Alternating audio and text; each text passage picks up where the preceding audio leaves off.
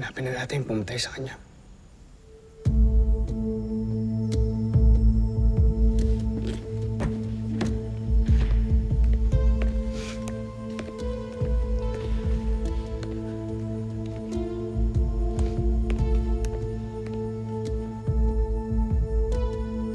JJ, running.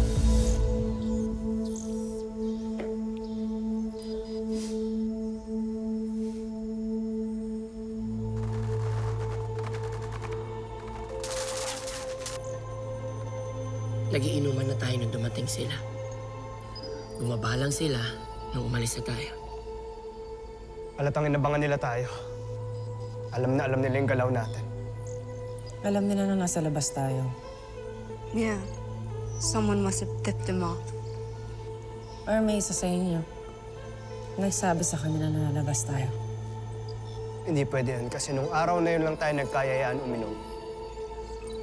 Isa lang ibig sabihin mo. May mall sa loob ng PBI.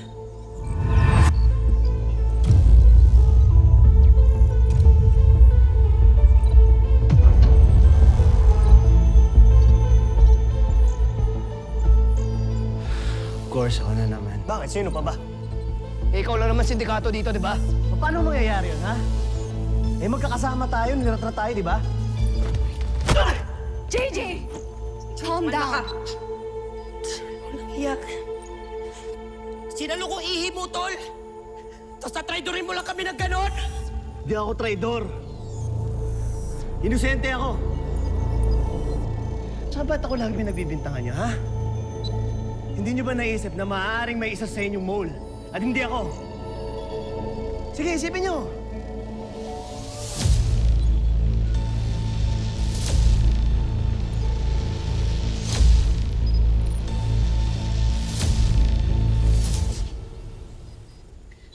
Bakit pa kasi sinasama sa usapan yung Hex na yan? Nakakalimutan nyo ba? Galing sa sindikato yan, di ba? Galo, he covered for me nung pinapaputukan tayo. O, yan ka na naman. Pinagtatanggol mo na naman yung I'm asset just mo. telling the truth! Alam kong hindi si Hex ang mole. Chip, sana sinabi mo yun kanina bago ko banatan si Hex. Ang akin lang. Ba't tayo gustong pumatay sa atin? Well, pag may nabangga tayong malaking sindikato, logically they would want to eliminate us to stop us from stopping them.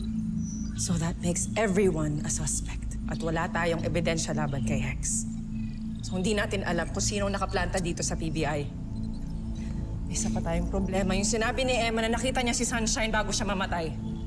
Chinek ko yung available CCTV mula dun sa bahay ni Emma hanggang dun papunta dun sa bar. Wala akong nakitang Sunshine. Kaya malamang sa malamang, sa ibang lugar nakita ni Emma si Sunshine. Bago mawala si Emma, may tinatrabaho siya sa laptop niya. Isang scam hub. Speaking of Sunshine, yung na-retrieve natin mula dun sa scam hub, sabi kasi ni Hex, possible daw na may connection yung love scam sa mga kumuha kay Sunshine. So naisip ko, baka dito sa hard drive may makuha tayong lead sa kanya. Baka doon tayo makakuha ng lead tungkol kay Sunshine. Nakalock yung laptop ni Emma. Hindi natin pwedeng bastang galawin yon. Baka ma-delete yung files doon. I know who can help. Hex. Si Hex na naman. Wala bang ibang marunong mag-laptop dito? Ang laki ng tiwala niyo sa tao na yun. Mamaya yun yung mole na yun eh. JJ, ikaw na magbukas. Kaya mo yun, di ba?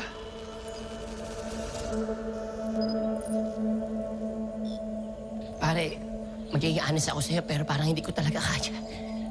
Ano hindi? Pwede ba? Kalimutan muna natin yung issue niyo kay Hex. Kailangan natin siya para mahanap natin ang kapatid mo. Oh, sige, ako kakausap sa kanya. Hindi. Sasama ko. Hindi pwedeng ikaw ang magdidesisyon.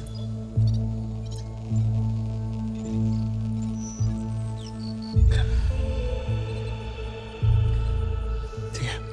Tara kay Emma. Kay Sunshine.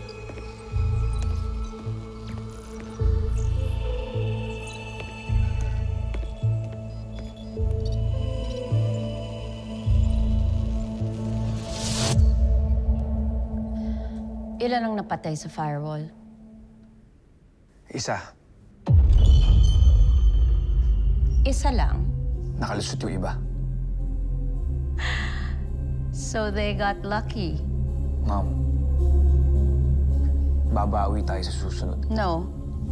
Hindi ko kakayanin pag nawala pa si Isa sa akin. Makakapatay ako ng tao pag may nangyari masama sa anak ko. I just talked to Director Franco. Leave Firewall for now. Unless we want the whole PBI breathing down our necks.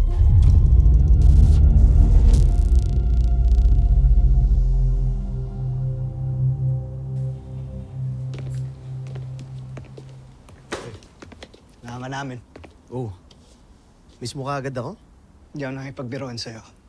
May laptop si Emma nakalak.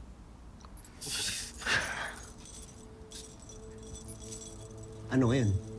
Buksan mo. Kaya mo yun, di ba? Kaya naman. Pero ang tanong, gusto ko ba? Hindi option yun. Sa'yo hindi. Ikaw ba magbubukas? Siyempre sa akin, oo.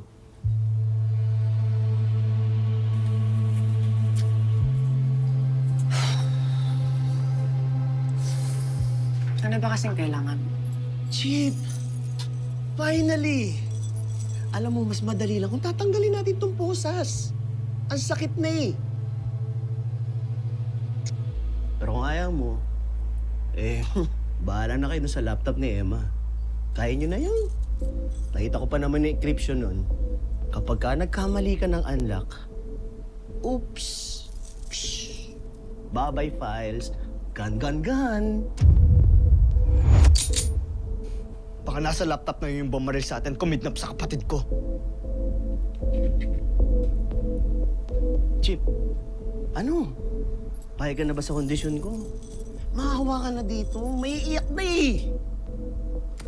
Bubuksan mo yung laptop o bubuksan ko yung baon ng ulo mo? Chill. Bro. Ha? Walang kwenta to. Puro perwisyo lang eh. Ikaw. Maliligtas si Sunshine sa init ng ulo.